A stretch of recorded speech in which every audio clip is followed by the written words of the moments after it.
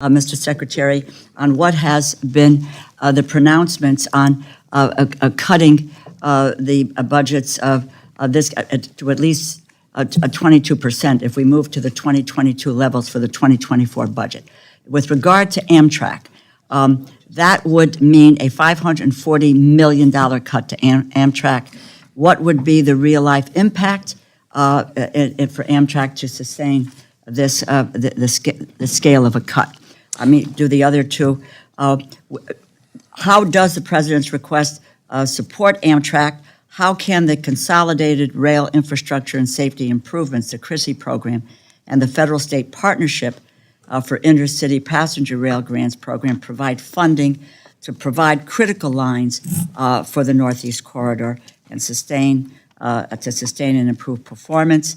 Let me also add one more to that, which is really alarming about the potential to FAA and the nation's air traffic controllers if we move to these areas. So those three. I will also make an addendum. Heritage Foundation, which a number of my colleagues support, a very prestigious think tank, has talked about eliminating the rebuilding of American infrastructure with sustainability and equity, the RAISE program, federal-state partnership and intercity rail grants, capital investment grants, and phasing out the grants to the National Rail Passenger Service Corporation. So these cuts the potential of these cuts is real. It's not just speculation. So if you could just answer the questions. Well, eliminating a program like RAISE would mean that hundreds of communities would miss out on the opportunity to make improvements that are benefiting everything from supply chains to physical safety of travelers. And I could point to every part of the country where those projects are underway. We get dramatically more, even at the robust funding levels we have, we get dramatically more demand than we can meet. And so we know that communities have a need. It would be a terrible loss, I think, to not have the opportunity to help meet that need. With regard to Amtrak, the budget requests $3.1 billion, and that's to fund base operating capital and debt service requirements. This would be in addition to the advance appropriations.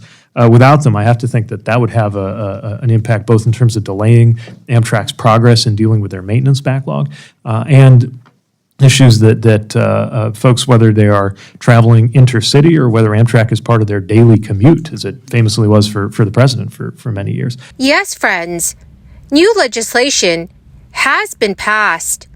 Lawmakers have approved sweeping tax relief bills that include rebate checks for many residents. And these payments are expected to be sent out automatically for low and middle income households. These checks will be worth over $500. My dearest friends, please make sure that you watch until the end of this video for all of the latest news. Also, at the end of today's video, I will be announcing the winners of yesterday's Walmart gift card giveaway. If you would like to enter these weekly giveaways, friends, all you have to do is click and like several of my videos, and please comment below the keyword of each video that you watch. The more videos that you watch and then comment on, the greater your chances, my friends, of winning the giveaways. The risks and pressures of a coming debt showdown with Republicans are quickly mounting for President Biden, who is expected to announce a re-election bid as soon as next week.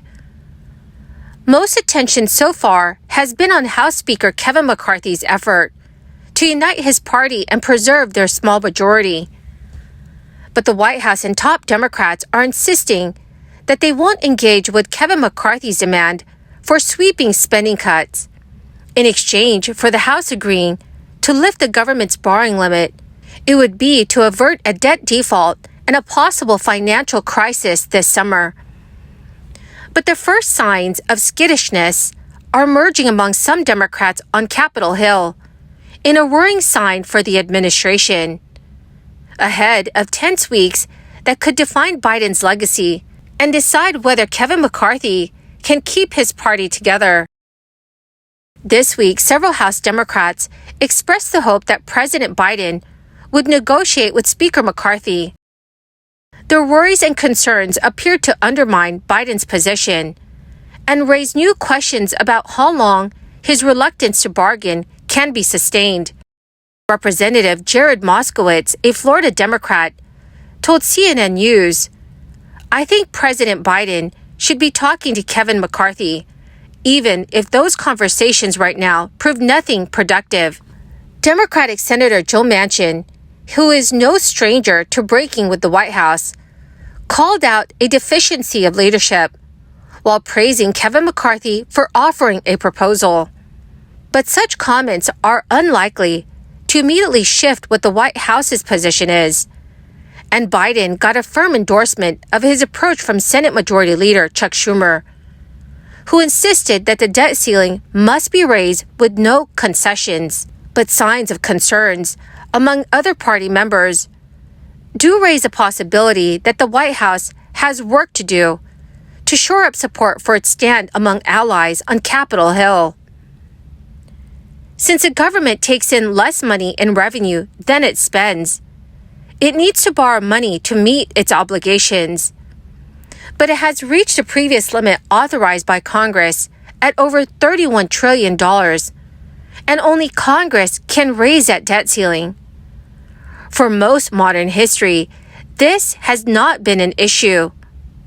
But Republicans who have previously voted to raise the limit under GOP administrations now want to leverage this moment to try to pass their own legislation. So, dear friends, what are your thoughts about what's going on in Washington, D.C.? Please let me know what your thoughts are in the comments section below. Just after tax day, lawmakers in the state of Connecticut unveiled a sweeping tax cut plan that would eliminate income taxes altogether for thousands of filers. This week, a key budget panel made significant changes to Connecticut Governor Ned Lamont's proposal, including a new plan to exempt some residents of high poverty census tracts from state income tax for at least 3 years.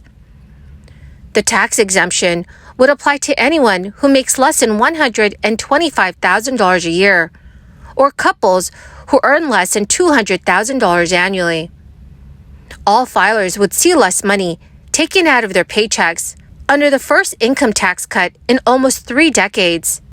Both the Iowa House of Representatives and Senate have also passed separate bills on property tax relief this past Wednesday, as the chambers try to find a compromise on the best way to limit costs for property owners.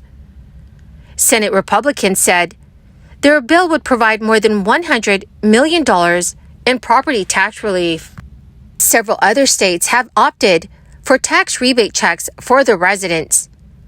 Georgia Governor Brian Kemp has signed a special state income tax refund bill into law.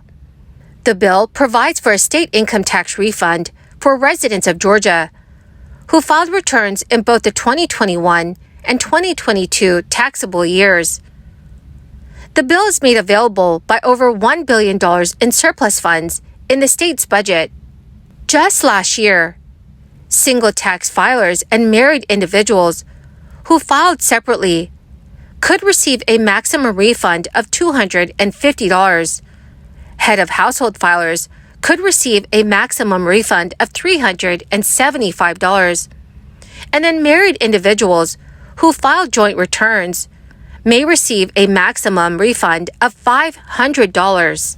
Well, my beautiful and most amazing friends, that is the end of my daily stimulus update video for this afternoon. Thank you so much, friends, for being part of this community and for being here every single day. The 2 winners of yesterday's Walmart gift card giveaway is Dawn Kalman and Gina Lane. Congratulations, my friends. My friends, to claim your gift card, please check your notifications page and send me a message. Or you could message me on my Facebook page. Thank you, dear friends, and have a wonderful and very blessed weekend.